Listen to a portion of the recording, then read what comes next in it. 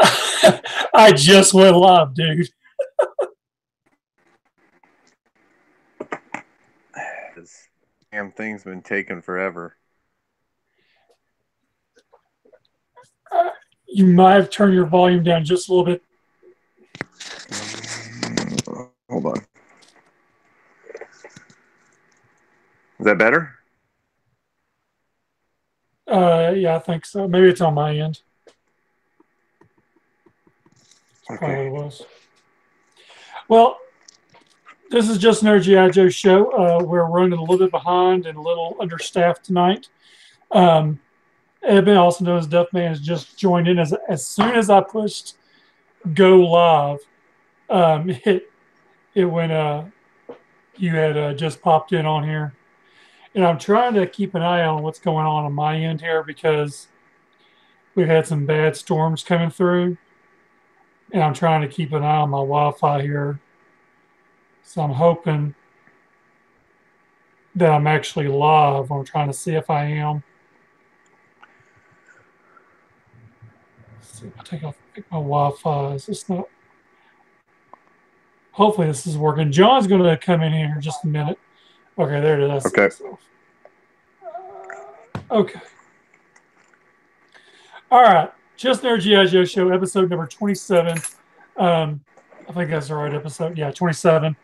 We're going to talk Smasher. We all know what we're going to talk about now when we mention that.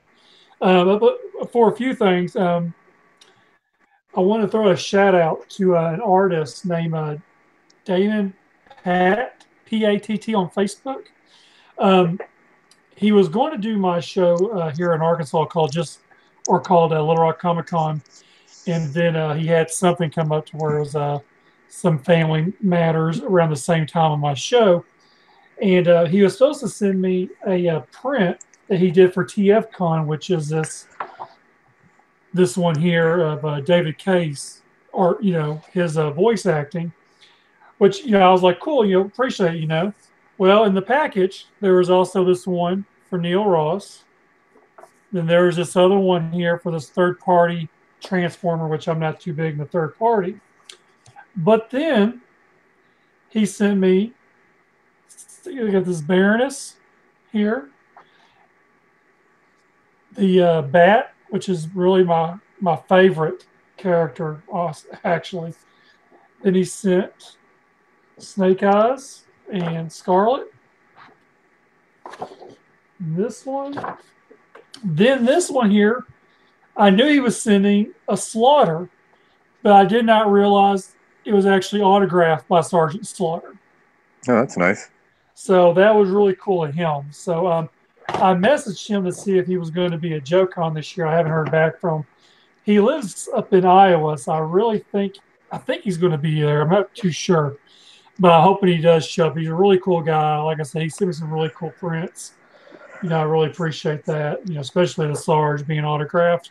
Since we're not really going to see Sergeant Slaughter this year, but we'll get into a screen share here in just a second.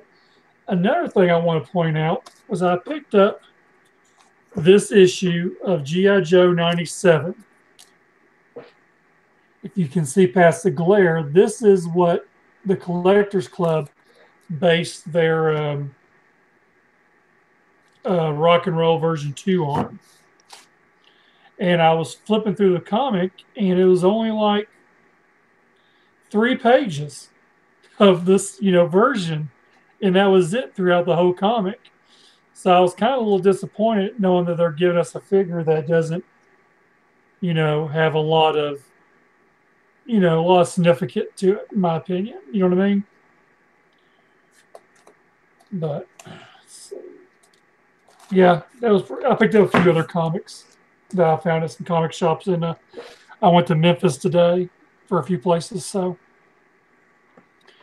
but I'm waiting for John to get on here. But we'll go ahead and go to screen share on the other stuff real quick. So, hold on. Okay.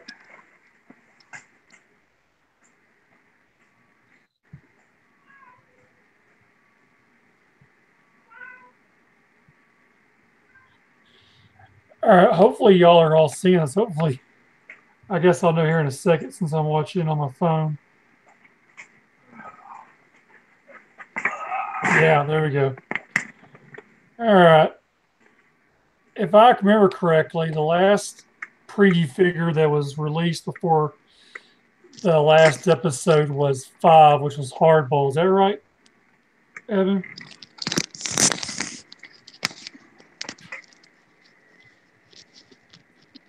You there, Evan? Can you hear me? Yeah, can you hear me? Yep. Okay. The last episode, did we got all the way up just to Hardball? Is that right? Correct. So we have 4 new ones. Okay, so it was okay. I just wanted to make sure. So it was this one here, which was the Laser Viper, was preview number 6. Because we Correct. saw Hardball, right? Yeah, we already talked about Hardball. Yep. Okay, so Yep. yeah, we already talked about Fiasco. Okay, so here we go. We got the Laser Viper, which is a retool backpack, which the club said, I think, in the information section that they were going to retool, or a lot of the retooling was going to be on these vintage weapons, which I think is pretty cool that we got the backpack. You know what I'm saying? The original backpack. Agree. It looks great. And then, which basically this here is strictly the just a repaint of the Laser Viper we got this past year, if I'm right. Yeah, it looks the same. Just the backpack added. Yeah, backpack's the only difference on this one, which, you know, Makes a huge difference. the backpack, oh yeah, it'd been really kind of crappy if we got the exact same things we got last year, just a different deco. So, and so the build on this, I don't think there was nothing different on it. So I was hoping John was here, he'd be able to tell us for sure if there was anything different on it. I'm not too sure. Let's see here. Then we get this one here, Spirit with Freedom, which is one of the 2 new head sculpts that we got. And after looking at the vintage one, it's pretty much spot on. You know, of course, except for the head, I think. I mean, like the backpack is totally different, but I mean, it kind of really, keys on to exactly what the vintage one looked like. I agree. And the head update is so much nicer than the 25th. And when you mentioned the 25th, that was pretty much on the was that on the Big Bad Toy Store exclusive one? Is that right? No, that one was a Pursuit of Cobra head. Okay, so then the 25th one was in the 25th. Okay, that's what I'm jumping now. Okay. Took a minute to figure that out.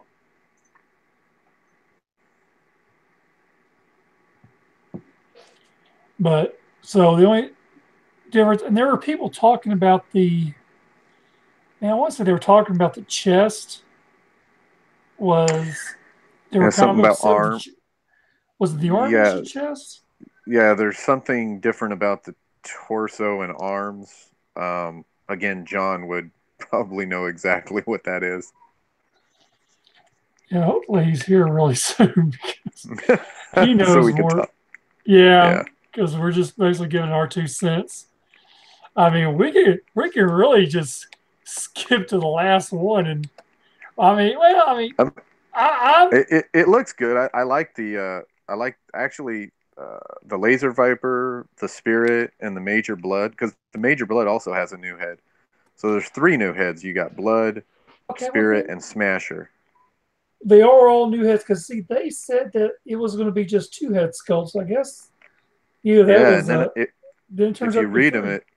it turns out to be 3. I think this figure's fantastic. I love it. I love the Spirit, the the the the Laser Viper, Spirit, and Blood were like all really nice back to back to back. Yeah, they were kind of saving, I guess, the best ones for last. In a way, I Well, guess you'd I say. don't know. Yeah, I don't know because then they threw Smasher at the end. Not that I hate the figure, but I think the other three, Blood, Spirit, and Laser Viper, I prefer them more. Hmm. Now, a But lot that's of just me. people were upset. This arm on him is the same arm that was on was Yeah, it the Dest 25th. on the 25th version. Yeah, the 25th Blood. So basically, I mean, it moves at the shoulder, so it can go up and down, but you can't bend the elbow. So the way it's positioned right now, you can basically have him pointing the gun that way, or you can have it pointing straight, or you can have it pointing up in the air, but you Hmm. can't have him move his elbow. Now, what I do with my box sets is, I don't really play with these toys. I put them in my display case and just put them in a position, so it doesn't bother me.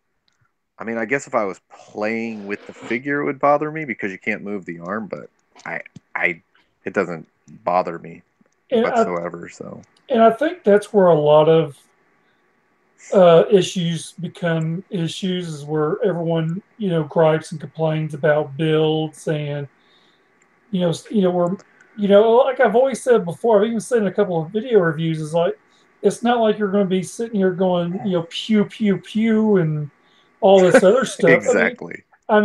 I'm gonna be 40 this year for God's sakes, and all my stuff sits in a case. That's it. Yeah, I I'll be mean, 42 in a week.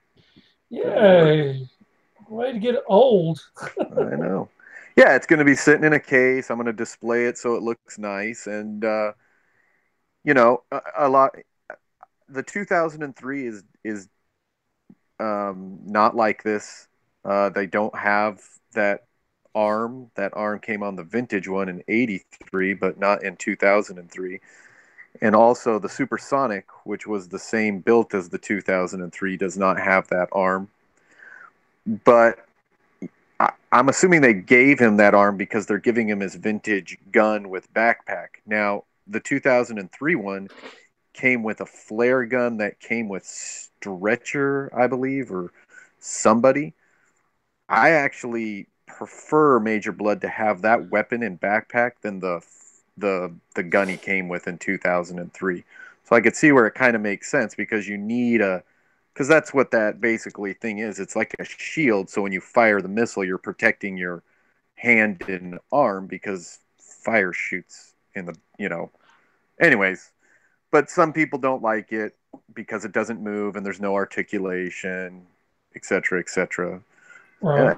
And that's a good, it's true. It doesn't. But again, like you said, I'm not going to be going pew pew pew. Let's fight and move our arms around. I don't do that with these figures. Right. And then there's a lot of speculation because of the weapon choice that we would get a. Man, I want to say it was supersonic. Is that what it was? Yeah, it's a supersonic Major Blood. It came actually with the sonic bazooka, which he's holding. Which that is Um, actually the same weapon that came in the '03 set. Correct, it is. So now, because of that, I don't necessarily think we will get a supersonic one, but we can since they did do a whole new um, tooling for that gun. But Right. but um, I still like it. A lot of people don't like the supersonic gun. Yeah, it's kind of silly and big and ugly looking, but you can get a Marauder John gun really easily and just have them hold that. Right. So, but Yeah, this one here. I mean, I actually like a lot. Actually that was one of the comic books I picked up today was GI Joe Real American Hero issue 245, which was actually the first appearance of the female Snake Eyes in the comic okay. books. Yeah.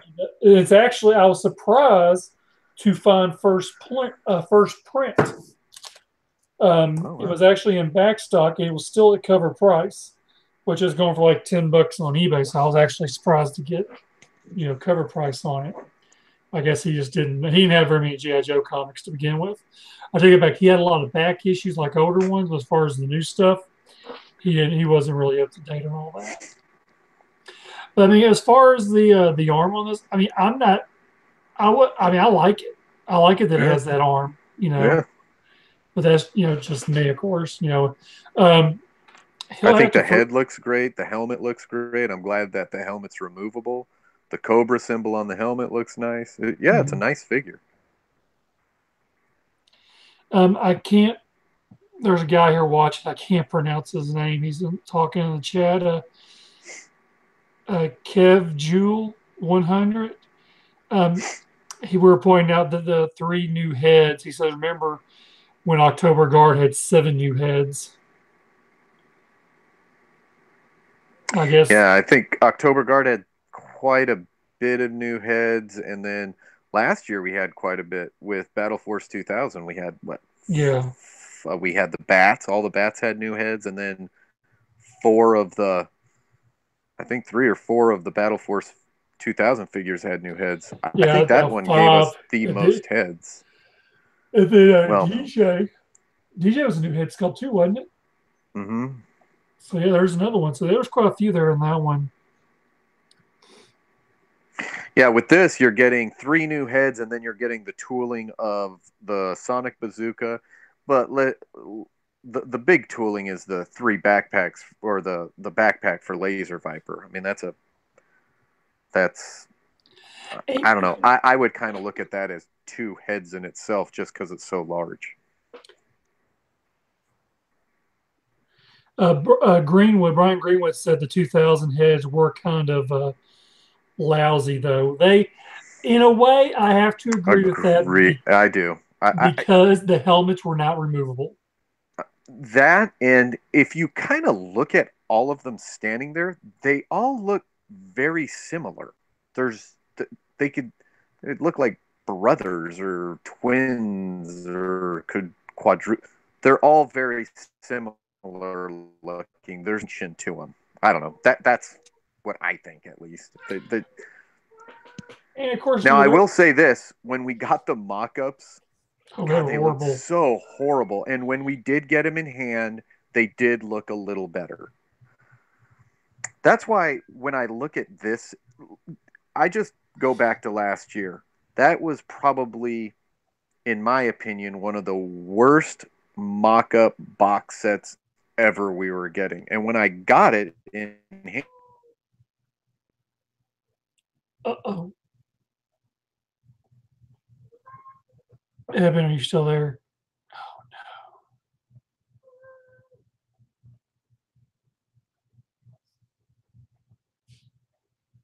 Evan, you've cut completely out. I don't hear you at all. I don't know what happened. hey, Mike, are you there? Okay, I hear you now. There you are. Okay. Sorry.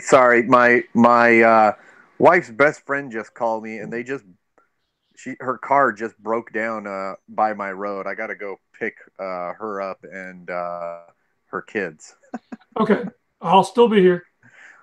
I'll just leave it on. I'll be right back. They're right down the road, so I'm just gonna go get them and come back. That's fine, man. Okay, see you in a All bit. right. Yep. Okay, now I've gone completely solo. This is going to be kind of bad, I guess. I don't know. We'll figure it out. I'm going to sit here and read them. The zombie set had a bunch of new heads as well and new helmets. Let me see. I can look. Yeah, the helmets were all new. That was actually my first bot or a Joe-Con, and I really enjoyed it very much. Um, I thought it. Of course, that's. I need to get another. Oh, and that's the one that had the zombies. That's right, the half and half faces. Those are pretty badass. Even the zombie steel brigades, so awesome, man. They were really well done. I really enjoyed those. Let's see, Greenwood zombies.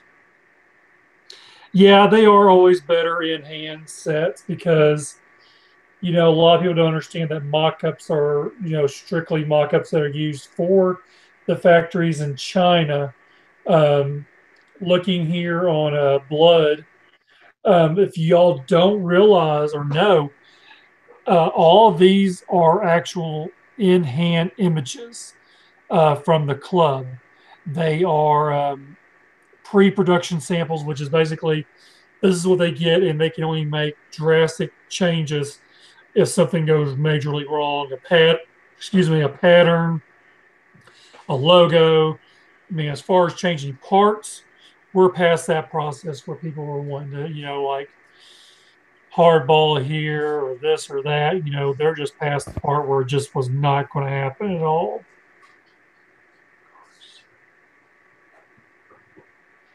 Yes. Oh, who's there? Your mother. Oh, you're back from the grave. Yay.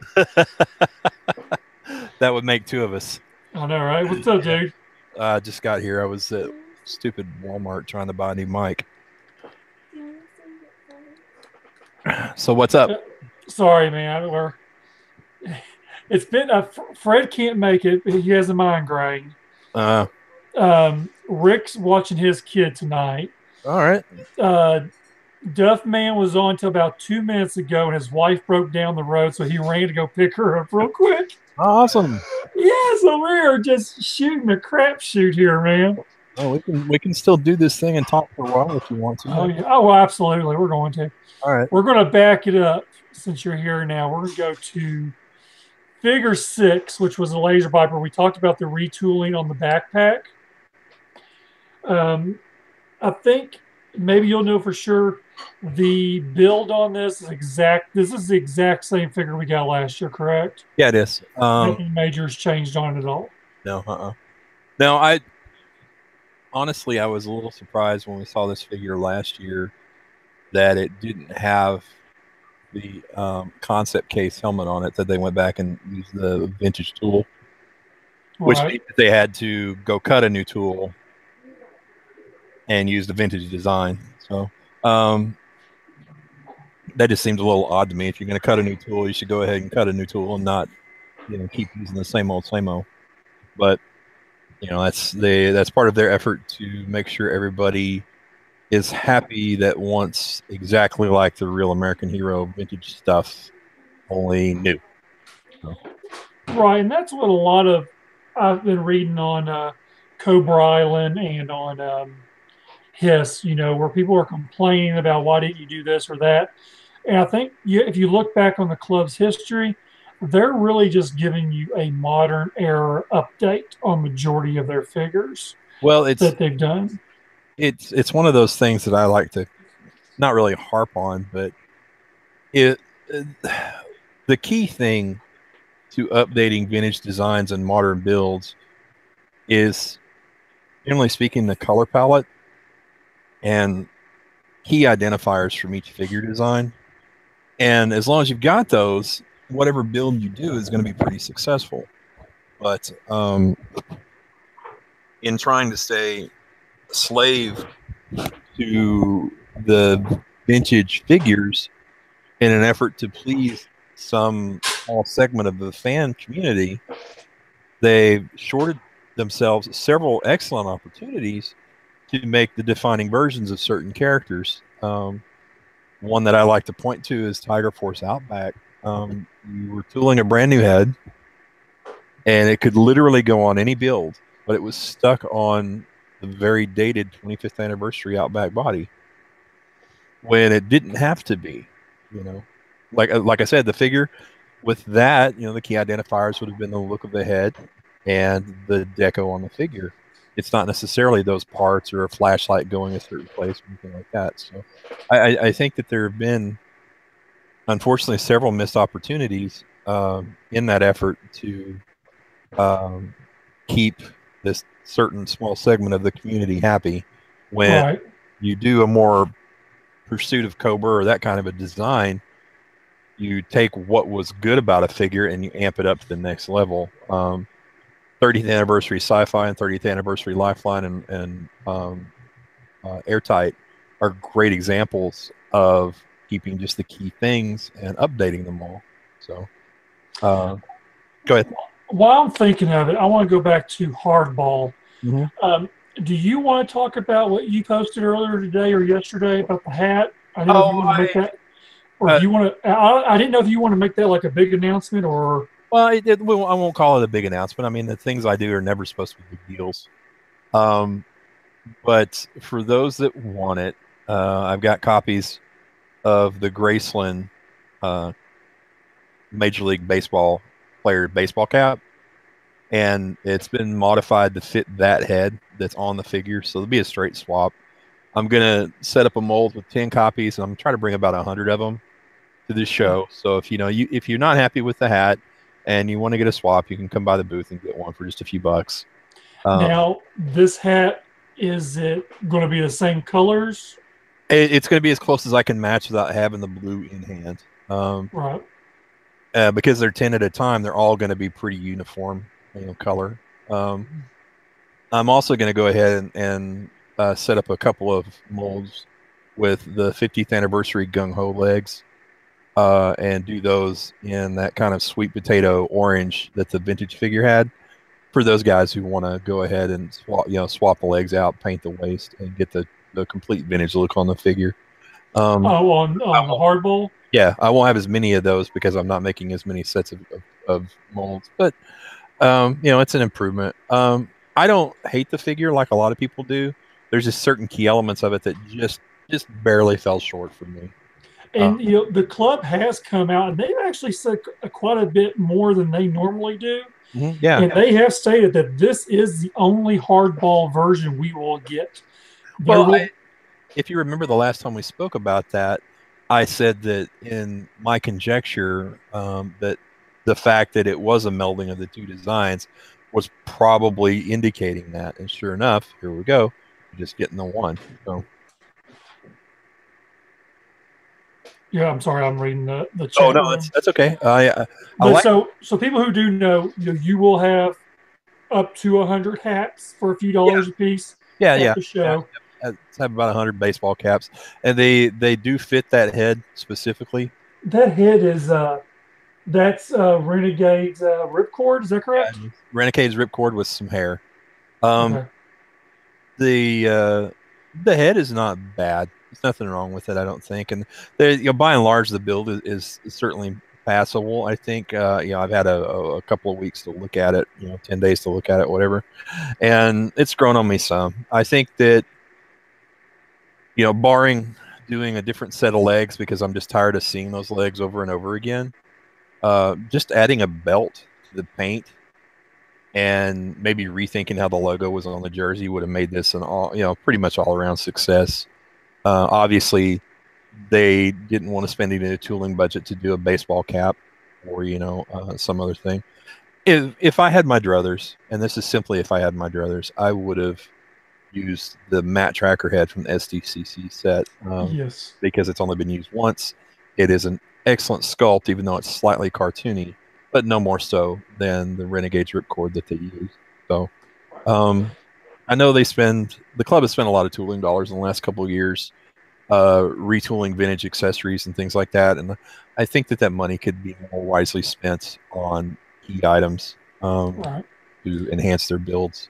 And I will say that I've been critical of some of the heads that have happened in the last few years, but everything that I've seen this year so far is an improvement, and that's a step in the right direction. Even though we're this close to the end of it, it's still a step in the right direction, and that shows that they care about what we think as consumers, as their main customers and stuff. And that's good. I'm not gonna smack them on the hand for really trying to help us out. So, I don't ever want to make it sound like I have a personal contention with the club. I don't. I enjoy working with those guys, doing the customizing class and stuff, and. This is the last year. I'm going to miss it. It's going to be. It's been a big part of things for the last 5 years, for me personally. And having that coming to an end, it kind of sucks. Oh yeah, absolutely, it does. So I just wanted to throw that. I knew you had posted that on Facebook and that one talk. And so if people want to get the hat or whatever the case may be, or I'm sure you'll have. They might go fast. I think they will, because a lot of people weren't too happy with the hat.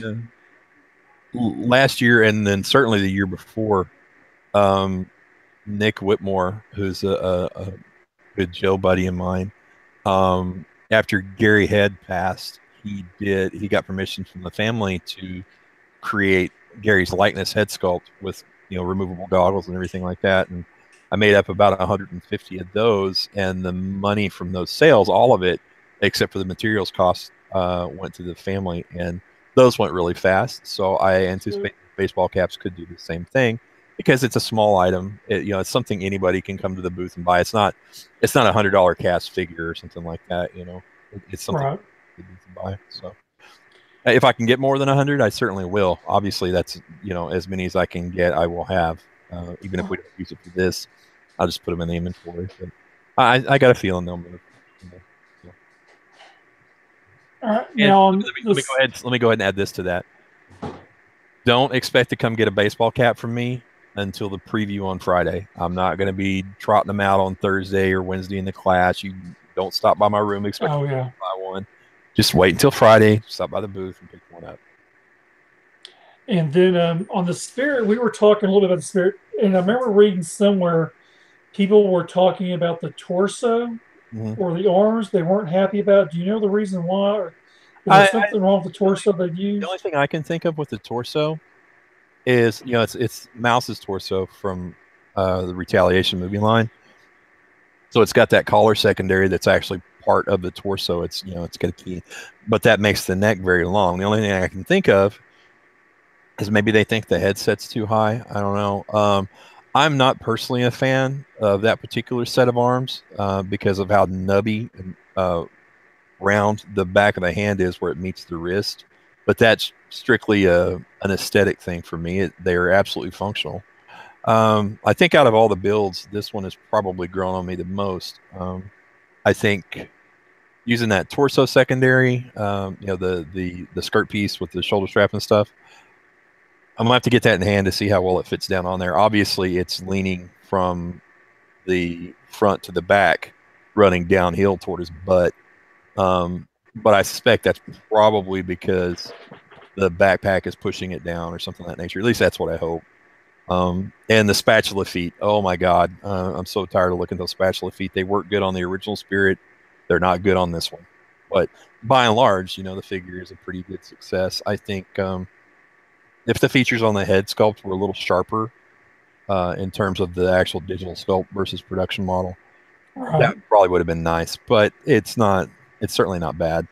I know there's been a lot of speculation from everyone that going to see a Air Commando Spirit. I would like to see that as maybe the parachute figure or something this year. That'd be great because it would fill out a spot from last year that was left off. But I wouldn't expect it just because it doesn't really have any connection to this concept. People were thinking after Smasher came out, that we were going to get Slaughter as a drop figure. No. How many times does the club have to say? Oh, it doesn't matter how many times I say it. Good, and they were not hiding it in the language. It wasn't some obscure way of stating things. We can't do it. It's not going to happen. Stop asking. I'm sure they'd like to do a Slaughter figure. I mean, he was a great guest back in 2006. I enjoyed meeting him. He was playing with kids in the hallway, getting on and off the elevator to go up to his room. He really enjoyed it, and I'm sure he would like to be here this time. But contracts are contracts, and that's the legal thing. You live and die by it, I guess, in the business. So right, exactly. Let's see. Someone's asked about low light and barbecue. I've speculated, in my own personal opinion, was that we would get a 2-pack with those two in the vintage colors. I think that there's a percentage of chance that could happen. It really is. I mean, I don't know anything. It really is just a guessing game at this point because some of the choices for the box set I wouldn't have thought they necessarily would have made, but they did. So who knows what they're going to do? And that's part of the con stuff every year is kind of speculation and guessing and this and that. And some people take the recriminations a bit too far, but by and large, most people enjoy the cat and mouse aspect of it, I guess, a little bit. more than I ever anticipated that they would when I was, first started my involvement with the club. So, and let me go ahead and add on that. I'm no official club spokesperson. I am in no way officially affiliated with them, except as a contractor for the customizing class. So don't think that I'm putting words in their mouth, please. I like how everyone is saying that now. I want to say I'm a shit talker, and I want to talk a lot of shit. Well, I'm trying. I don't speak for the club. I'm trying. No, I know. Trying hard to keep things upbeat and positive, because it's very easy when not you, but when fans and collectors focus on the nitpicking stuff, it's very easy for the conversation to turn round and about negative, and that doesn't benefit anybody. Right. So it's kind of like people who know I run the Joe Conan official page. We had to switch up our whole logo. Yeah. Because I had permission from Brian to use the existing logo, Yeah. As long as it said unofficial, but there was a lot of confusion. Yeah. Certain people were thinking that we were the club, and it's probably for the best to change that, simply to avoid the misconception. It's an unfortunate byproduct of the internet that people don't take the time to read or research before they start speculating and guessing and stuff like that. And while nobody benefits from that, it is what it is, and there's not going to be any changing it, unfortunately. Yeah. So I mean, so we actually, Jesse Rittenrich, who's a contractor as well for the Collectors Club, did that logo for me. Yeah, it looks pretty good. It's nice and professional and good and tight, and certainly gets the point across. If you actually notice, the background, the red, is kind of like the pattern of the Python Patrol. Yeah. So I really digged it. Really liked it. A lot of people liked it. So, I mean, that's out there. People just thought that we were speaking on their behalf, and so to anybody that has gone through any of these processes before, they know that there's a lot of folks out there talking about things. Different podcasts, different Facebook pages, different private, groups on the internet that are all pursuing their own agenda, talking about things. It's once a person's established in the community, it's very easy to take them as kind of an almost spokesperson, more or less, whether it's intended or not. And I'm sure that's what happened here. So, like I said, it's probably for the best that everything got changed up a little bit. And there's no denying that you are unofficial, buddy. I am unofficial. Trust me. Yeah. They don't like me very much. I'm sure that they like you just fine. It's difficult to hold a real grudge against somebody in the community, because at the heart of it all, hopefully we're all G.I. Joe fans, and we can all agree that that's pretty cool. Right.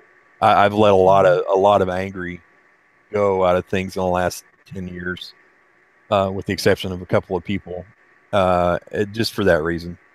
We all like that, so they can't all be bad. Right.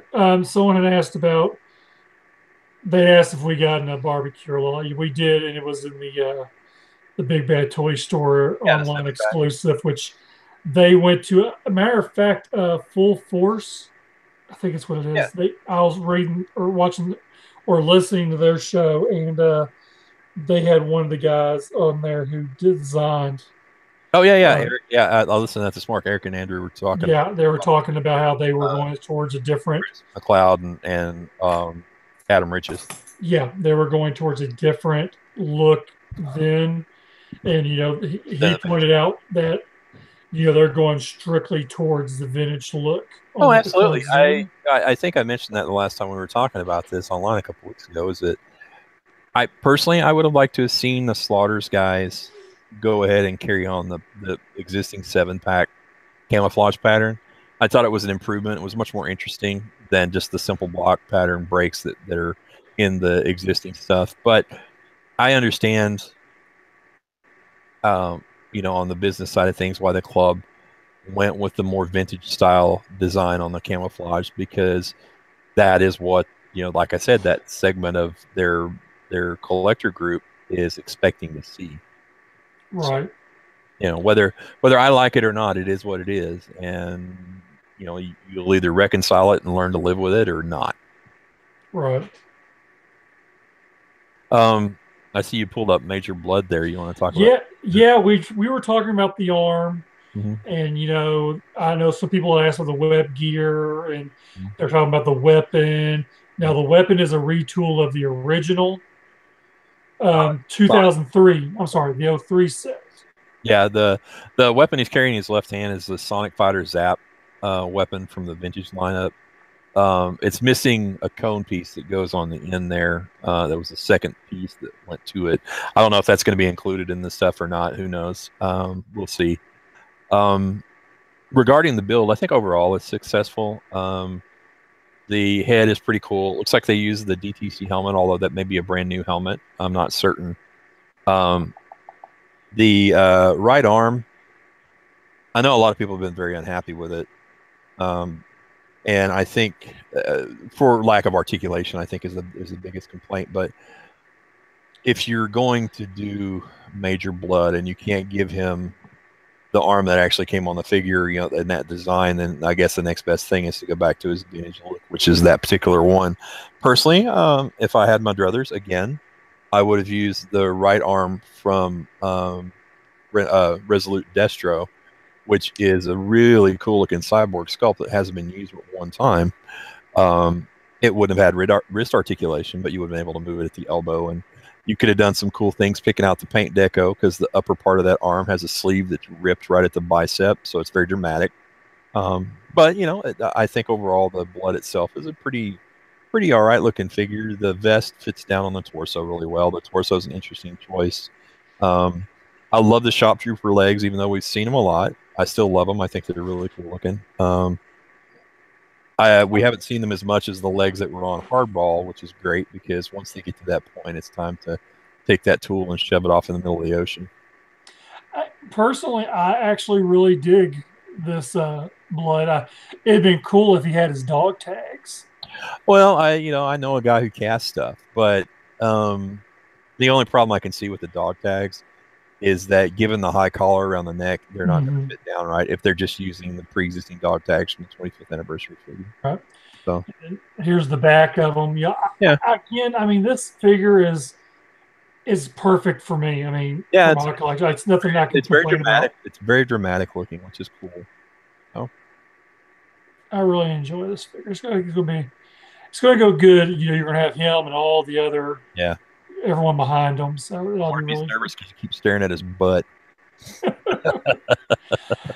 And then we're going to get to this figure. I know Evan really wanted to talk about it, but let's just say out the gate, the club stated that they cannot use the likeness. They cannot use nothing for Sergeant Slaughter, period. So this is what we got, which is Sergeant Smasher, which Sergeant Smasher's original was actually just a recolor of Slaughter. Is what everyone thought we were going to get. Well, I can understand the confusion on that, but at no point did they say they were doing a Slaughter anything. So you can't fault them for the misconception of the public, because I don't think anybody was led on there. It was wishful thinking, hoping and things like that. And people were thinking, because the whole set's called Slaughter's Marauders, but you don't have Slaughter. That's where a lot of people are upset, don't understand, stuff of that nature. Well, I know one thing: the extra carded Sergeant Slaughter I've got is going to get marked up at JoeCon this year. Damn it, you! This here, hey, if y'all looking for a second Gatling gun for your rock and roll, there you go, right there. Yeah, it's not gray, but there it is. I personally, let's talk about that rock and roll for just a second before we get to this guy, because this is going to be the meat and potatoes. I know it. The rock and roll, I personally, this is again my personal opinion. I want to express that. That rock and roll figure is interesting in that it is a valiant effort to do something that it's perceived that the fans want, quote unquote. The build is the same as what was shown in the concept case, with the exception of the slightly altered head. The original head that was on there was at 104%, and the jawline was much more square, broader. I thought it looked better, but anyway, this one's a little skinny, but it fits the body and stuff. However, The concept case deco, in my opinion, was far superior to the original 89 deco. And I understand, again, they're trying to please that group of people who are looking for exactly the ARAH stuff, but I'm looking for something a little different, something new. And Rock and Roll, as one of the earliest members of the team, it kind of made backhanded sense to me that he was originally shown in that 3-color European woodland camo from the 80s, because he was one of the first guys there. That would have been what he was wearing his duty uniform, so I thought it was very appropriate. And to change that up, it was a bit of a disappointment. Again, I understand that it's to please those guys that are looking for that 89 Rock and Roll, which obviously inspired the design, but go ahead. I was going to say, on the Rock and Roll, what really gets me on that is that, I was talking earlier before you got on. I was in Memphis earlier today, and I picked up some comic books, and one of them is the comic book, which is G.I. Joe number 97, which is where they based that Rock and Roll off of, which is on the cover, him holding 2 Gatling guns and everything. Yeah. And when I flipped through it, and that's a lot of things about the 80s, I guess, is that you look and it's kind of like, wow, they based this whole comic cover over a couple of pictures or a couple of pages. And this Rock and Roll is based off of just 3 pages in the comic. Well, I wouldn't have spent money retooling the Gatling gun myself. I think that for the size of that figure, that it would have made more sense for an M249, which they have an excellent tool of, with a working bipod and a separate ammo case that's usually recolored a different color from the gun and all that. And I thought that would be more appropriate for the figure, certainly. Again, I understand why the decision was made, the same reason that the color palette was chosen and all that. So, but I think that this is the chance to step outside the white picket fence of ordinary and do something that's a little above ordinary. So, but like I said, is what it is, and what we're getting, I'm happy to have it. Certainly, rather than not having it, I'm happy to have it. But I think that spend the money to tool that gun up, kind of predicates the usage here on Sergeant Smasher, where it doesn't always make the most sense to me. Same thing, including the Sergeant's whistle and baton. I get that they want to tie it to Sergeant Slaughter, but there's not really that much need if it's a completely original new character. Eric and Andrew talking about this morning brought up a point publicly that I considered when I first saw this thing a couple of days ago. It's a giant missed opportunity, in my opinion, to have the character be of Asian Indian descent, instead of just a regular person of color. You get somebody that's way outside the regular wheelhouse, and I think it's just a missed opportunity with that regard.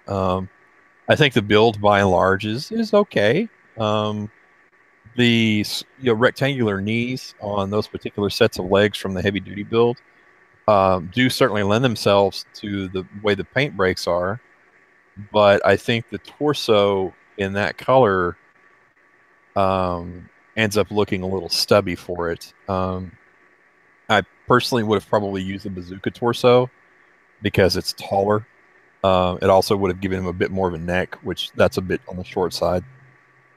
But I get where their heads were going with this build, and I understand why they did it. It doesn't mean I necessarily totally agree with it, but I'm not sure about the tenuous tie to the cartoon character Mr. C, though. That is, yes, the likeness on the figurehead is very similar to the animation cell that they reference, but it just seems like it was just a bit of a grab at some tenuous tie that didn't necessarily need to be there. So the campaign hat could be a bit bigger, I think. The creases are a little soft. The brim is a little short. What's going to happen is that his accessories are going to be underneath the phone, and I will bet apples to oranges that hat is turned the wrong way in a package, and it's going to get bent, and then you're going to have a hat that is fortunately you can fix that with some hot water out of the coffee maker in your room before you even leave the premises. See, that stuff I wouldn't have known. Oh yeah, yeah. You heat up a cup of water in the coffee pot and Hmm. dunk it in there for about 10 seconds and pull it out, let it cool down flat, and boom, there you go. Plastic has a memory. So whatever shape it was in when it was first produced in the tool is the shape that it's always going to want to go back to at some point, especially if it gets warm at all. So, just heat up some water in a coffee pot and fix it right up. Any of the figures that you've gotten from the club and the FSS that have like a brim on a baseball cap that are smashed up, like a lot of the repeaters were when they were brand new. Just, take the head off, pop it in a cup of hot water, and let it sit there for a minute, and it'll be fine. It'll go back to the proper shape. So, Okay. I think, yeah, like I said, I think a new torso, a different torso, with these arms and stuff like that would have conveyed what they were going for a bit better. If you look at the bench press figure, which uses some of the same parts and does use that torso, um, it's one of the more noted builds from that time period during the end of the ROC line and all that. And it's also one of the more desired figures. So I think copying some of that build a little bit more might have made it just a bit more of a success on this guy. I think a lot of people were speculating that we were going to get the roadblock Mhm. from Retaliation, the Rocks one, which would Well, have been, it would have been nice, of course. And of course, everyone was like, you get a very nicely detailed, very updated figure that way, certainly. But it also is one of the tallest figures in the line. You add that to a big head, and then you throw a hat on top of that head, then you're going to have a guy that towers over everybody else by miles. That's fine if it's the character, but I don't necessarily think that was what they were going for. That would be more of a defensive end when they were looking for a linebacker or a running back, a fullback, a big old right. fire plug kind of a guy. So, And then, what was I going to say? Now, the little baton in his hand, didn't they use that in 12 um, October Guard? I all, think they did. all the slaughters have had that, and General Iron Bears use that same piece. Um, I think that's it, but don't hold me to that. In stone. Yeah. Scroll down here to Sure. the back of the head, or the head itself, the mohawk. And this was based off, what was it? Something C again? Is that what his name was? Can't Yeah. remember now.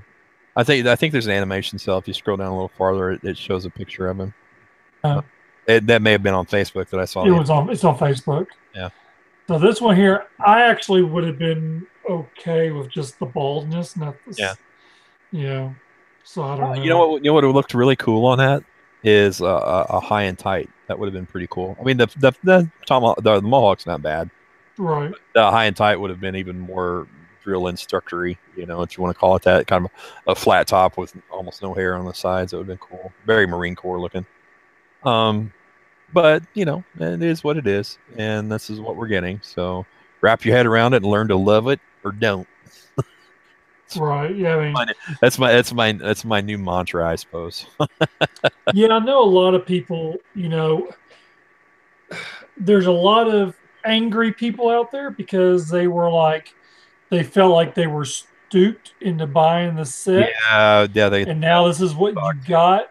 Yeah, But the fellow we then, talked about just the other day was one of them. Yeah. well, not only him, but I mean, there were other people Oh yeah, throughout yeah, Hiss and Cobra Island yeah. that But had said, they went well, straight from disappointed to in making wild, insane accusations of bait and switch and things like that, and that was simply not the case. right, Sit back and look at it with some of that emotion removed or calmed down. So, mm, I'm for every time that we can get a new character because there's not enough new characters in the last 15 years of GI Joe. mhm, The last time when there was a deluge of them was during the tail end of O-Ring, Valor versus Venom, Spy Troops, Joe versus Cobra, and by and large, those are thought of as the garbage figures of GI Joe history. I was attracted to them because of the potential they had, even though it was poorly executed a lot of the time, unfortunately. But that didn't stop me from buying them all because I love the new characterizations and all the new guys and new faces and stuff like that. So sorry, I'm updating something at the that's same quite all time right. we're talking. Quite all right, man. It's not a problem. I can carry a conversation with just one person. Ask anybody, I'll talk your ear off. And then I get for the first time, I think in all the episodes, this has been the liveliest chat I've ever seen. Oh yeah, is there anybody asking any questions or just commenting on what we're talking? People were, I know Eric has said something along the lines of "Don't jinx us, Mike," but I don't know what I was talking about that time, so he'll have to elaborate. I probably jinx a lot of crap. Got to stop that, man. I'm telling you.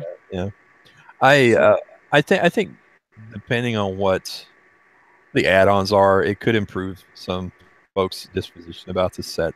I'm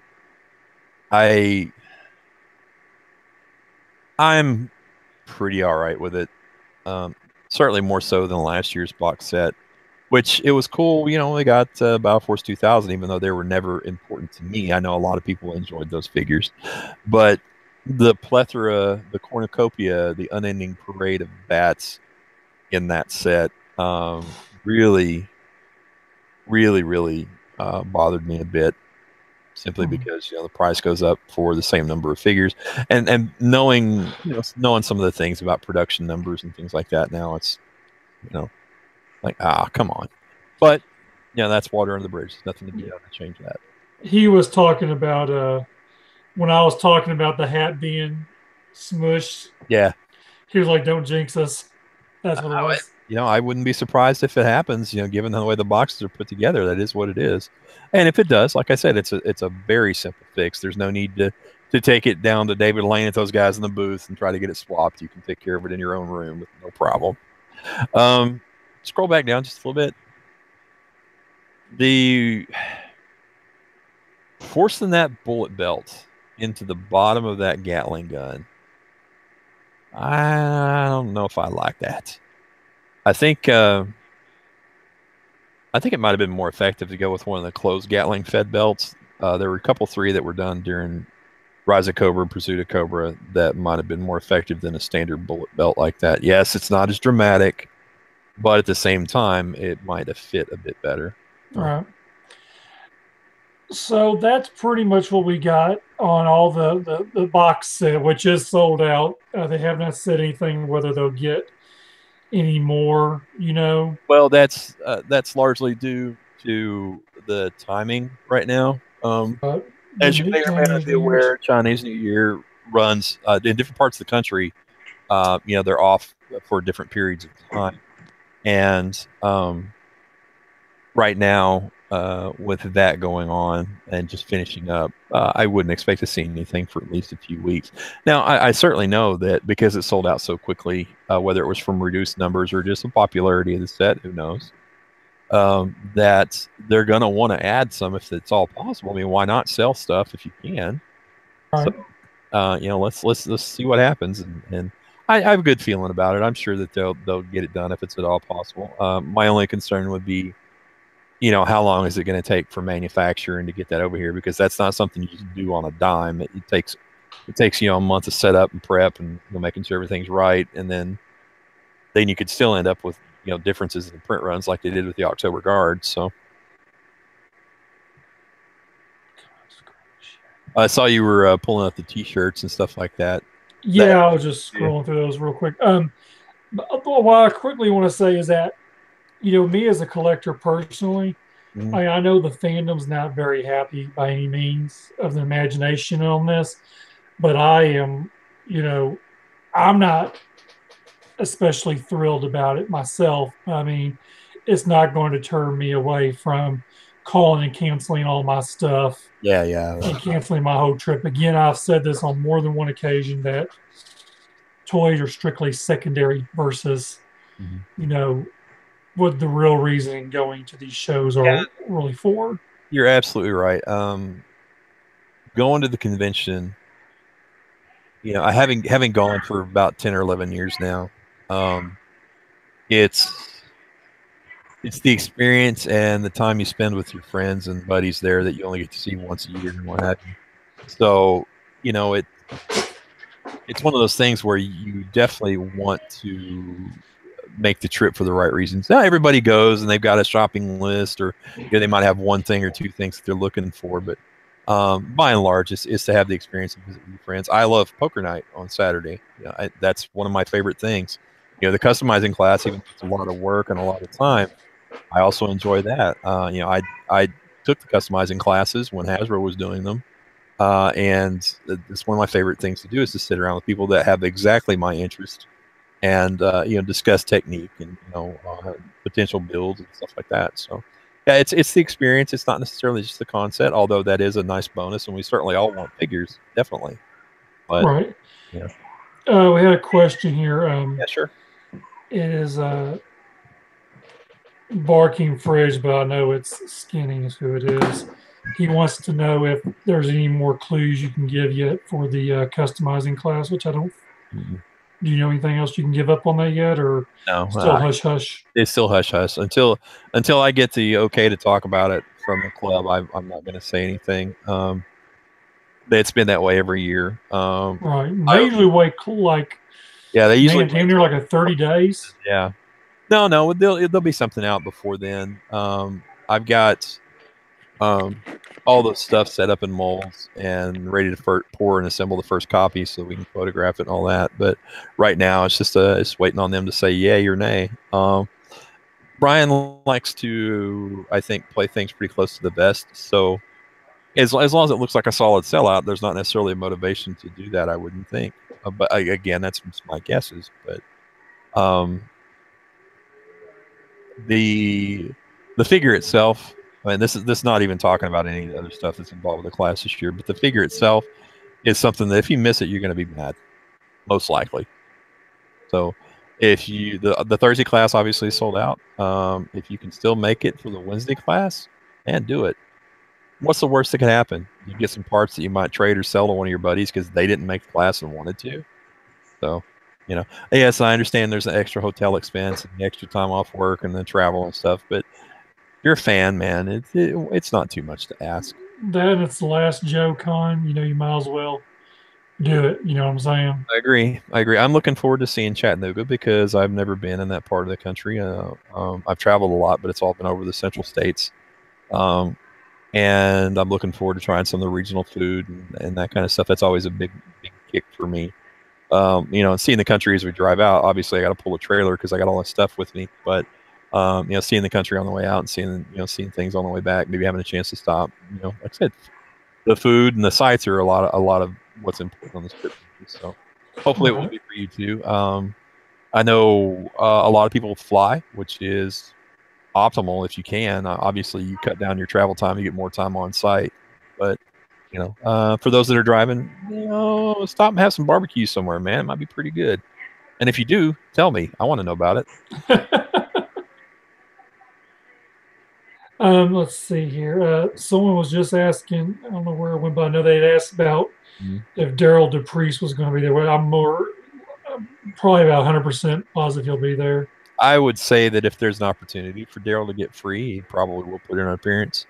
It could be like it was in 2011 where, they're there for a day and then have to pack up and leave. That was the year they it's 2013. That was the year they showed the Rock and Roll and the 50th Storm Shadow and the brand new Destro that was all new sculpt and all that. They were there for the preview on Friday, I think, and then had to jet out like within 24 hours. So they weren't even there the whole weekend that year, but they did put in an appearance where it was possible. So it's definitely an opportunity, I think. But as far as knowing anything, who knows? All I know is Bobby's supposed to be there. Yeah, we'll get Bobby. Yeah. Let's see here. Is there more questions? Sure. A lot of gibberish over these guys in here. Eric's being the cause of all of it. Dial it down, pal.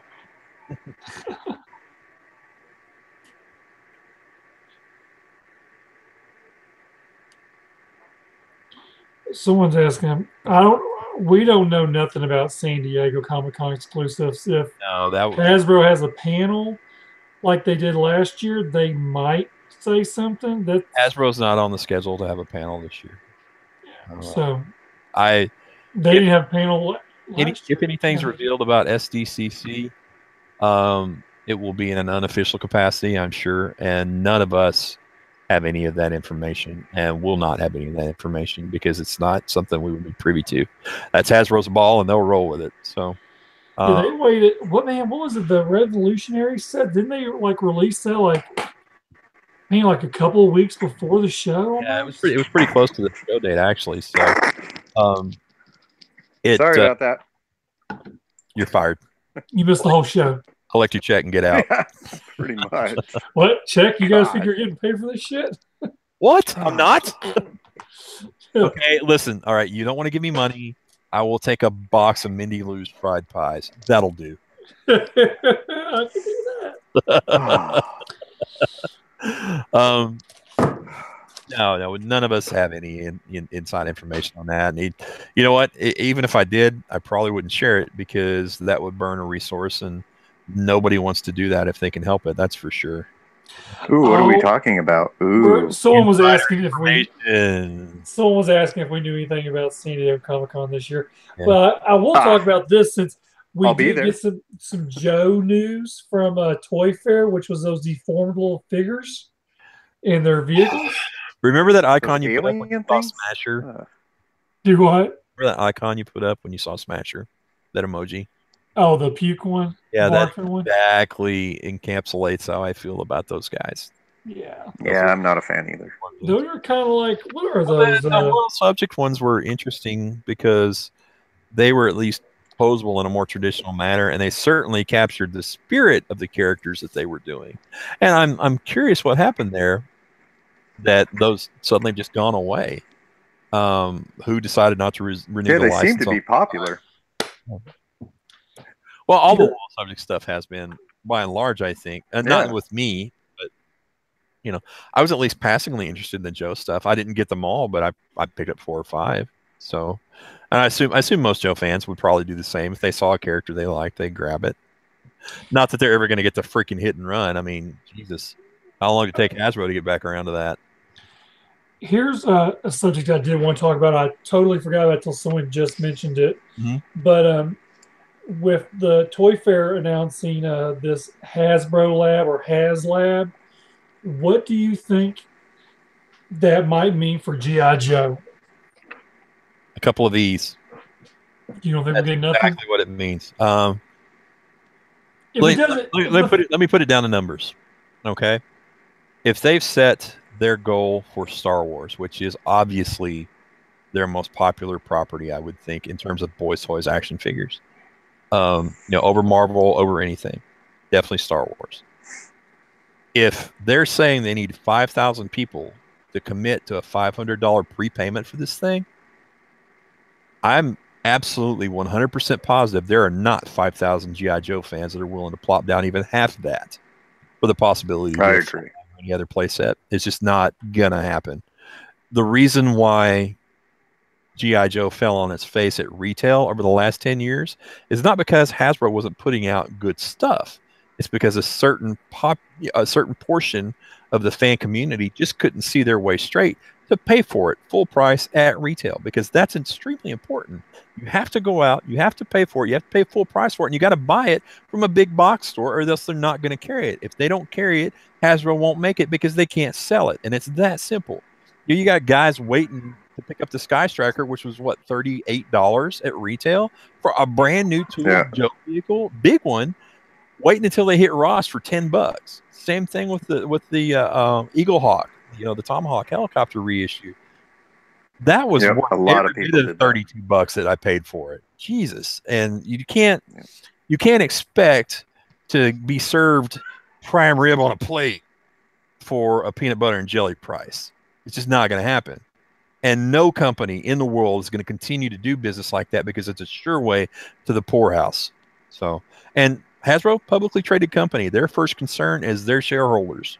So, yeah, getting a flag, getting a giant playset, a Terradrome, a Defiant, not going to happen. I would love it if it happened. I would pay, but not going to happen.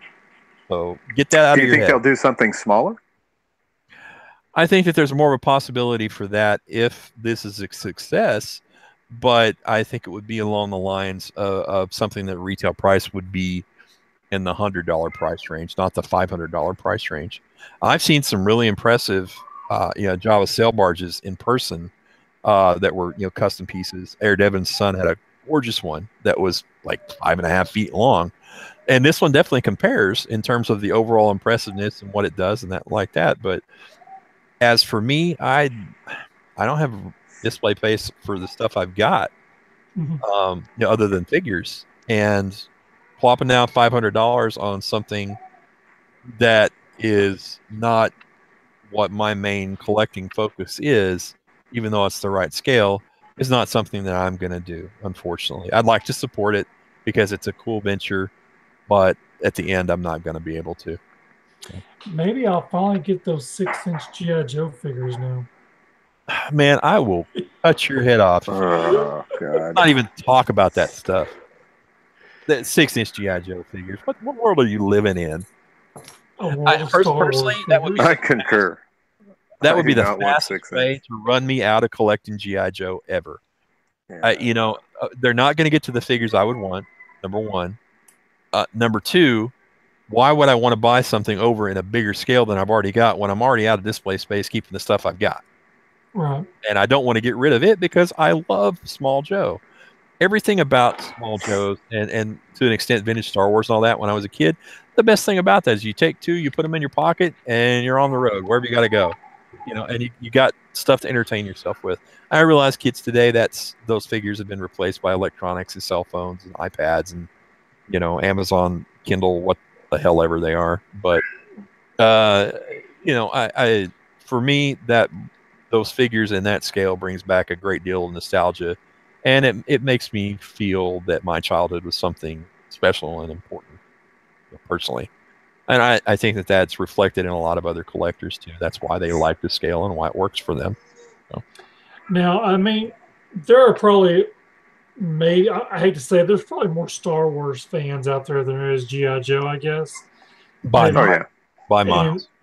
And the one guy's posting the numbers here that 1,893 of 5,000 people have actually backed that item. Mm-hmm. Yeah, that's almost 2,000. So they're almost halfway there. But the thing is, regarding G.I. Joe, if you want to talk a little bit of numbers, I've been to a lot of cons. My first modern convention for G.I. Joe was Kansas City back in 2001. It was the year before they did the Crimson set, which was their first 3 3/4 offering. And then I didn't go to another one until 2006, and I've been to all but one since that time. So I've been to 11 or 12 conventions now, and it's, with the exception of a few new people, it's all the same guys, and it's all the same 800 to 1,000 people that are willing to put their money where their mouth is and travel across the country to get to these shows. And that tells me that even with casual fans, the number can't be more than 2,500 or maybe 3,000 across the U.S. Obviously, everybody can travel each year. And that's an incredibly small number to try to support a giant venture like that. So, again, that's conjecture. I don't have any hard things to back that up. But you see the evidence every year at the convention where you got the same group of people showing up every year. So, I with Star Wars being what it is, if it happens, it will happen with that group of people. All right. So. Let's see. You're looking a little Grizzly Adams there, Mike. Yeah, I'm letting it grow out. Yeah, I guess. What, are you planning on cosplaying as somebody for the show? No, just let it grow out. I did have it like down to here a couple of years ago. It was big woolly mammoth. You look like a Unabomber. Well, I showed you that picture, didn't I? Oh yeah, I saw it. Yeah, it was like this. Yeah. Yeah, the beard's down here, and the hair was down over my face. Yeah, it was bad. It looked like the Unabomber. You look like an bud. I realize there's not a lot to do up there in Arkansas, but actually, probably not the way to go. No, there's not. What are you gonna say, Evan? I think he's roboting. Yep. Yep. There's a How did you do at your shot? Talk. Oh, We were talking about the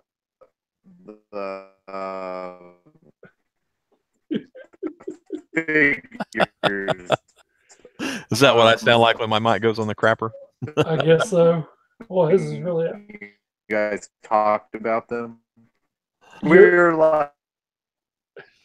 I want to send you a little text. He is really trying. Bar. You were asking about the swap meet last week. The weather it's been raining almost 2 weeks solid down here, so we didn't have near the turnout, but the people that were there at the little swap meet were buying. So as a vendor, it was a fine show for the spend. I enjoyed getting to meet and talk to everybody, and seeing across the local guys that are there every time. Was hoping you would have made it down, Mike, but I understand you had something come up and couldn't make it. So I actually ended up going to Memphis today to just a couple of local shops, and I found a lot of G.I. Joe comics. I found 4 carded figures. One was the oh gosh, there were 4 figures that one was actually a Python Patrol person. Oh, was it modern or vintage? Vintage, still carded. He had a $45 or $40 price tag on it. Well, that's not bad for a mint on sale card item, I guess. I spent the whole afternoon. I spent from like 11 until right before I walked in the door out here this afternoon, trying to track down a modern 25th bazooka I needed for parts and didn't have any in my morgue. So I saw where you were interested in a show next Saturday. Are you going to that one? I'll take a look at it and see. Maybe it's always up in the air on the weekends whether I'm free to do stuff or not. It all depends on if I can make up the time working on the mold making stuff that I lost this week to the bad weather. I couldn't seal up any of the 3D prints or anything like that I need to do because it was humid and raining almost the entire week. Today's the first sunny day, but there was still so much humidity in the air that I put it off until tomorrow. So I'm hoping to be able to do that. And if I do, and I get caught back up this week, then yeah, take a look at it. I'm thinking I'll actually be able to make that one. I was thinking about coming down to Texas next weekend. We'll see if you actually make it. Yeah, I'll let you know Friday night. If you do, let me know. I'll hang out over here, whatever you want to do in the interim, and go get something somewhere cool. You don't get this fat without knowing where all the good restaurants are. Right. Yeah. I'm reading these things, and no real good questions. They're just talking about butter and something else. Of course they are. Why would there be any actual conversation on there? I can hear you saying something about every 15th word, Evan. I don't know if that helps you or not, but you there? Because I can hear you guys fine. Okay, there we go. I can hear you. There you go. When you were talking earlier, you were breaking bad. Yeah, I hear you guys fine too. We can hear you all right now. That's good. Sorry about that. I just had a question. Yeah, go ahead. Okay, good. The English before you got on, Joe. Sorry. Yeah. Me and Mike were talking about the Laser Viper, Blood, Spirit, and Smasher. I'm assuming you guys, but we were talking we went about builds because me and Mike didn't know. Did you get Mike? Okay. Yeah, we actually went over the builds a little bit. The Laser Viper is a straight repaint from last year's. Okay, so that's a straight repaint, and then the Spirit, the chest and arms are different. Spirit is the chest is from Mouse from Retaliation. That's why it's got that collar built in because he had a vest that went around it. To, certain look. The arms are, I forget who those are from, but the arms are from around the same time period. I was telling him the overall look of the build it's not bad. I would like to see the little more detail and clarity, sharpness in the face. I'm not a huge fan of that particular set of arms. I think that there were some options, but given what they were putting together, it's not bad. Okay, yeah, I like it. And then the blood, just the one articulated arm, people don't seem to Yeah, they hate that. not like. Yeah, it doesn't bother me. I know what they were going for, and like I told Mike, I get it. They're just trying to make the largest cross section of their very angry group of fans happy.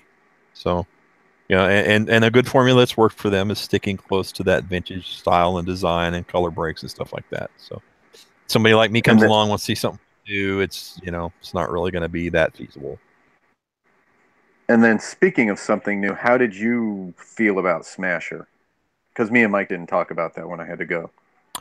I think that the look that they were going for with the figure would have been more successful with the bazooka torso. I gave the illustration that it seems to be a bit like the bench press figure, which did use that torso that I was talking about, and it's one of the most desirable pieces from that time period of the Hasbro offered line, and I think a reason for that is the way the figure looks overall. But I get it. They were trying to do something new and different with parts that hadn't been overused, and this is what we're getting. So, and you're okay with it? Can't stand it? I know Mike's not a huge fan of it. I'm not. I'm down with the fact that they're trying to do something new. I think with a couple of changes, it would have been more perceived as more successful. My only real gripe about that, if you want to get down to a real gripe about it, is I consider a missed opportunity to not make that character, a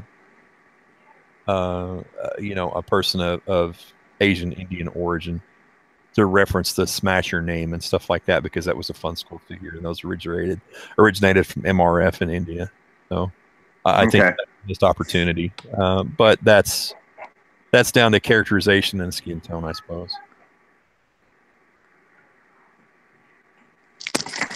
All right. Playing with all the loot, I rounded up today. Okay. Let's see here. One guy in the chat wanted to know, are there any good 3D printed G.I. Joe materials? John, you should know about that really good, shouldn't you?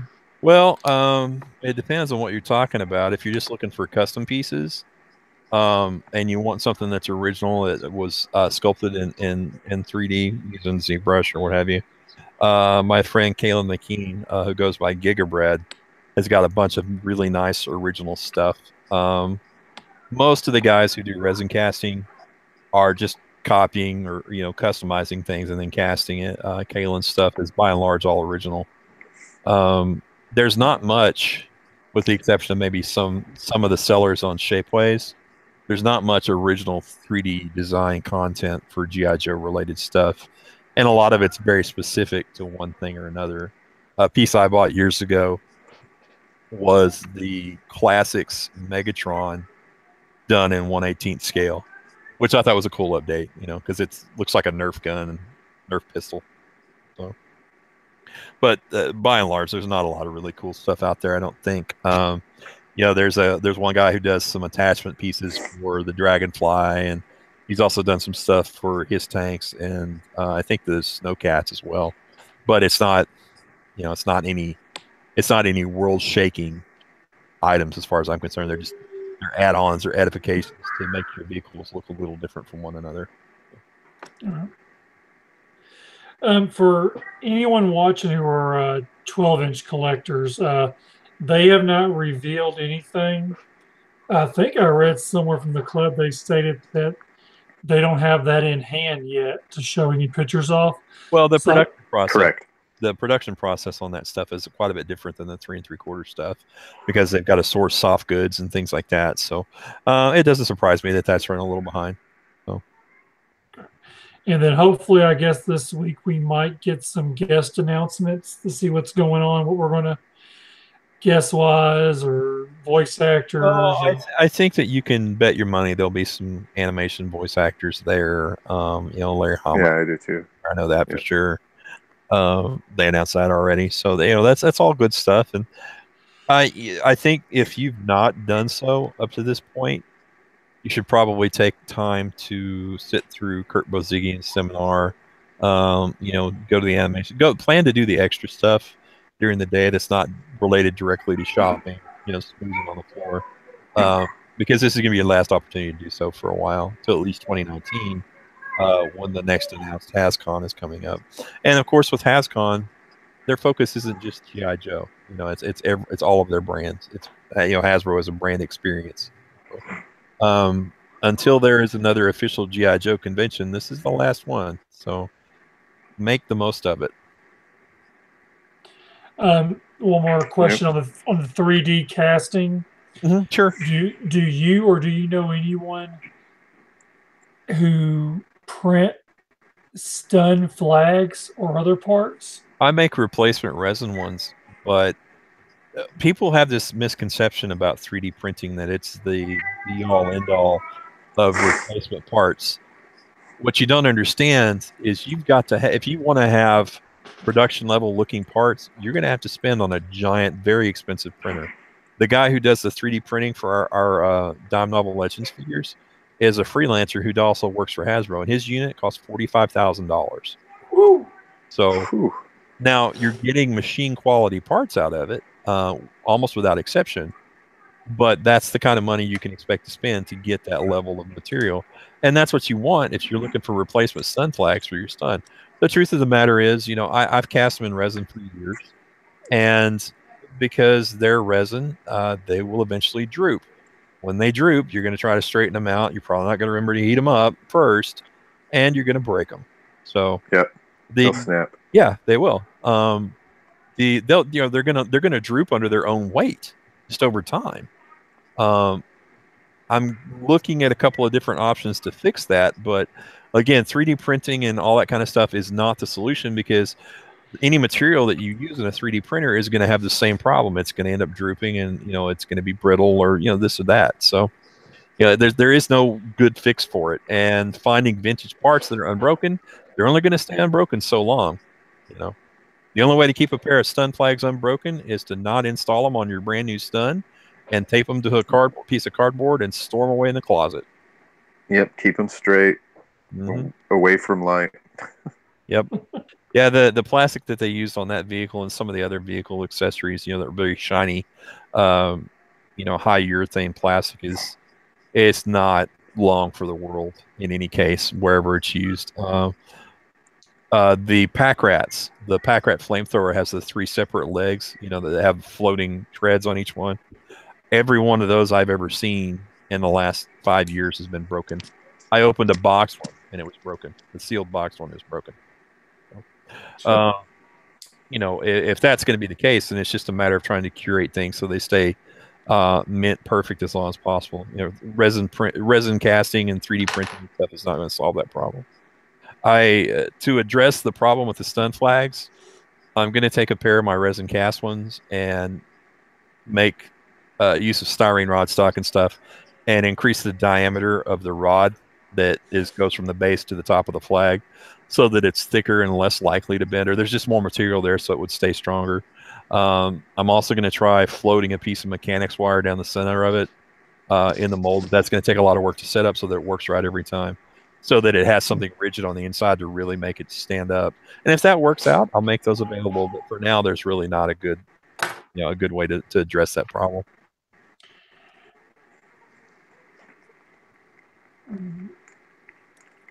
Well, anything else? I don't know. Yeah. No other questions. Read faster. Read faster. No, I already read through everything. I got burritos calling my name, baby. I guess that's pretty much it for this show. I know it would have been a lot longer if Fred had been here. Yeah, because Fred has something to say about everything, just like me. Yeah, Fred had a migraine, couldn't make it today. Rick's son, his wife was going out tonight for Mother's Day out, or I don't know what it was called. She was going out, and he had the son, so he couldn't make it. But daddy duty. Yeah, pretty much. So we'll probably go ahead and call the show there. I know it's short this time around, but Yeah, and I was gone. Sorry about that. no, it's all right. Well, glad I you had an emergency. glad you made I it in actually for have a question for John. Okay, speak. Back to Smasher. So and I'm just assuming this is like you talked about previously the other show, how whoever is doing the mock-ups, they're not doing they're not helping their fans to. I mean, what they see is it just looks bad. Well, I think because I on think the actual figure, the head looks completely different compared to the close-up of the head without the hat on. It actually has. It looks like a neck. It's more narrow. It looks a lot nicer. And then you look at the mock-up, and it looks like a baby. You're talking about the comment I made about the whoever's posing is not doing them any favors. Correct. And that figure, I'm like, it looks like two different heads. So I could see.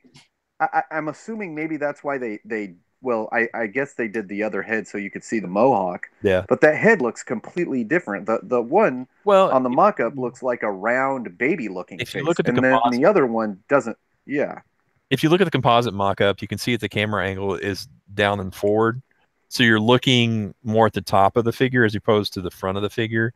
And then the other photographs, which you say, we're showing the neck and stuff, more like the fitment of the head to the neck and that kind of thing. Those were more straight on, like a portrait, almost like you see me, as opposed to, Mike, camera breaker. Like I said, whoever's posing those, for whatever reason, not doing the club any favors, unfortunately. I think if you want to look at somebody that was really good at it and is still really good at it, it's Dave Proctor from Boss Fight. Dave is an insane kung fu posing genius, and he has a way of bringing out the best in every single solitary figure. I've watched Dave do his little thing every year since he was at Hasbro back in 2011. I saw him putting figures in the cases to display right before he did his sculpting seminar there that year. And if you want to see somebody explore what a figure should or could look like potentially to display what it, to give the best possible camera angles and to show all the best sides of the sculpt and all that, that guy's got it down pat. I'm not saying that there are other people that don't, but he's the high watermark for me in terms of that. When I post figures from my collection or I post figures to photograph to show things, unless it's just a static pose, he's who I want to emulate. So, the club has got a very select small group of people working on things, and it appears that is not necessarily their strong suit, unfortunately. But you can't be all things to all people, and I don't expect them to be. So, and you're right. The way that you present a figure like that has a lot to do with how it's perceived. And because first impressions go such a long way. Because when you first see that, you're just like, "What?" You know what jumped out at me immediately, other than the overall squatness of the figure, was the belt loops being blue. Why does the shirt bleed over into the belt loops? I don't understand that. It's a small thing. It's a very small thing. It's certainly correctable, but I was like, the belt loops. All right. Kind of like Blocker not having no eyebrows. Hey, you got that fixed. It just took a minute. Oh, I know. I always like pointing that out. I know. Well, I don't know the reason why Blocker didn't have eyebrows, but I can assume it's because they felt like the brim of the cap was close enough that it wasn't really going to be a thing.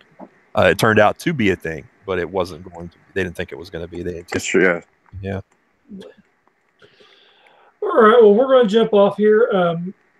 Next episode will be 2 weeks from tonight, and we might be doing something a little bit different. I was going to talk to Fred about it, but we're going to try to talk about some comics. We're going to jump off subject, unless we'll talk a little bit of news about the if the club should give us anything like guest or 12-inch items or update on box sets and stuff of that nature. But I'm interested to see what the 12-inch box set is going to look like myself. Right. I'm not necessarily a collector of it these days, but that is where I started off at when I was a kid, was 12-inch Joes. They were all secondhand.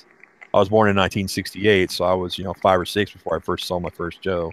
Right. And they were secondhand and starting to be Adventure Team stuff, but still, that's what started the love affair. So. Gotcha on that. But yeah, we might do some talking about some comics. We might do some. We're gonna start mixing it up a little bit, talk about a little bit of different stuff than the club stuff, because all we do is get mad when we talk about the club stuff. Speak for yourself. Yeah, that's how it is. So we'll be back on in 2 weeks. Hopefully, Fred will be over his migraine and he'll be back on the show. And I'm pretty sure Rick will want to jump on that one, being about comics as well. So we will see you guys in 2 weeks. Appreciate y'all watching and everyone who was talking it up in the chat room and all the questions. And be sure to check us on a Facebook page and the Joe Connon official page as well on Facebook. Appreciate everyone coming out. Thanks for watching. Peace out.